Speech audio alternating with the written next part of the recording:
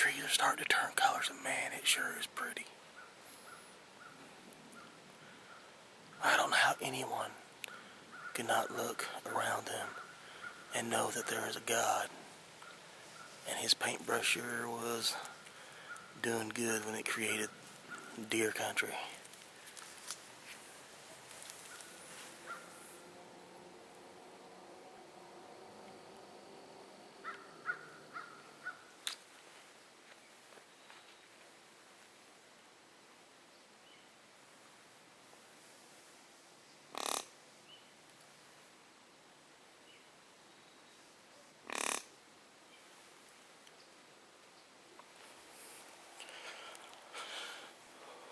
I just seen Hightower.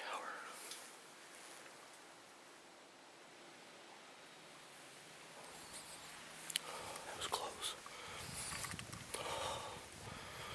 That was so close. I just looked back and he was like 25 yards behind me. Just stayed in the brush. Alright, now so some of you could probably tell I was pretty shook up right there. And if you knew the history between me and Hightower, you probably understand. Not only is he a great buck, a big buck, probably bigger than anything I've ever shot. I've been watching him for about 3 years now. This is the third year. I seen him in 2009. He was a 2.5-year-old 8-point. You know, narrow but pretty tall. Had kind of a questionable shot at him with my longbow, but didn't take it. You know, ended up going on and killing some really great deer that year. But the next year, I got a trail camera pic of him before season. And I could tell, you know, man, he was really looking good. And I just never did see him. I hunted and I never really got down in that neck of the woods where he was at. I don't know why, I just stayed away. Never did see him. Never got a crack at him. Now this year, first time in this spot, I found this spot trapping with Gene. You know, it's a good time to be scouting. January, February. You ain't hunting. You're doing your own thing. You bump them deer out, it don't matter. You can't hunt them for another 9 months. So I seen them rubs and thought, man, you know, this is his spot. Me and Chuck went in there, put that ladder stand up. And the first time I go in there, he's got a rub and a scrape. So I just dropped my camera off as I'm going in, my trail camera, right on that scrape. I don't want to see what's making a scrape. Go to the stand, and there's a tree rub by my stand about that big around. And, you know, I'm thinking, alright, this is the spot. First evening in there, here's something kind of off to my right. I can't get around there and look. So I grunt, you know, with my doe grunt. I give it a little bit of grunt back.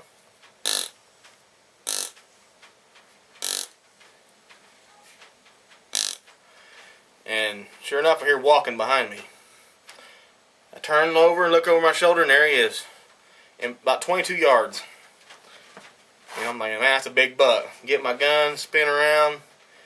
He's just in the thick, nasty stuff, and I don't take the shot. He gets up there a little further, and I can see his horns. I know it's Hightower. He's kind of walking away from me. I can't take the shot.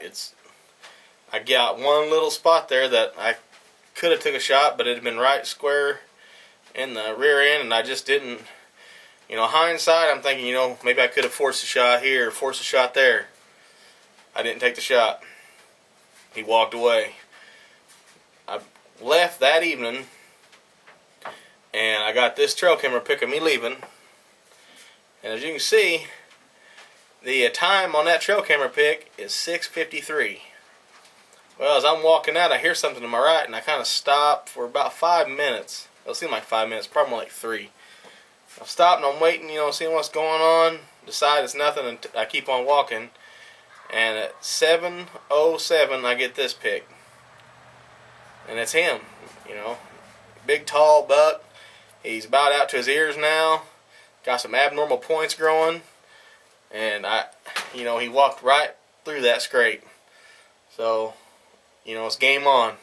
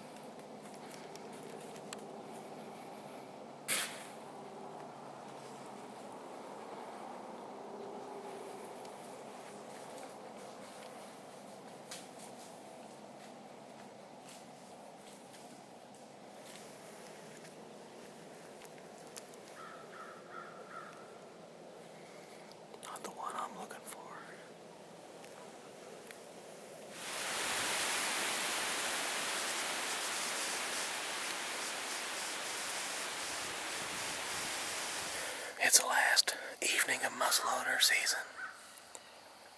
The wind wasn't right for my stand over there, so I come over here to a good spot. I'm just gonna sit on the ground. Hightower walked over here the other night, so I got the wind in my face. Just gonna see what happens. It's gonna be last chance until next year with my muzzleloader to kill a big buck. Say a prayer. Not supposed to be on here. Those cows are trespassing. I found the beef.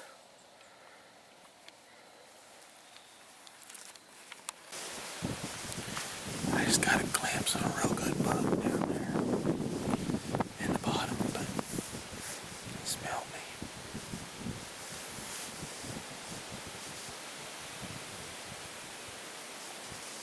This wind is killing me.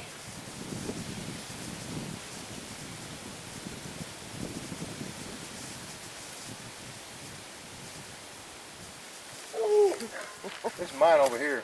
Yeah. You got the camera? We're ready.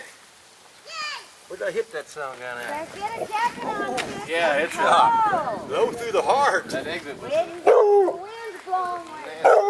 low through the heart. Oh, he's terrified of them guns. As soon as Well, I tell you what, that was one of the craziest hunts ever. My dad, if you knew the story, the whole story, you'd be just like me, grinning from ear to ear. My dad, the last couple of years, has cut holes all the way through the property to the adjacent property where we have permission to hunt. Because he swears he's getting older, he can't get out there and chase them like he used to, so he's going to sit on his back porch and shoot him, he says. Well, he was sitting on his back porch and seen him go through his hole, and it was a group of does, and he come over and got me, and we ran out there to the back of our yard, the back of our property, and them does were walking down the fence line of the adjacent property, and we have permission to hunt there, so me and Dad shot does. I shot the big one in the front, and he shot a smaller buttonhead in the back, but I got to pull a double with my dad again, so that's pretty cool. But, you know, just the fact that his plan worked after the last couple years of having it, you know, it finally worked. So he was just so happy, and I'm happy I got a big old doe. That's probably the biggest doe I've ever shot. At least 100 pounds field dressed. So I got more meat for the freezer, and still got 8 days of rifle season left for hunting bucks, so I'm gonna get out there and do it. One buck tag, friend. I'm hoping to fill it on a good one, so stay tuned, and maybe I'll get a chance at Hightower.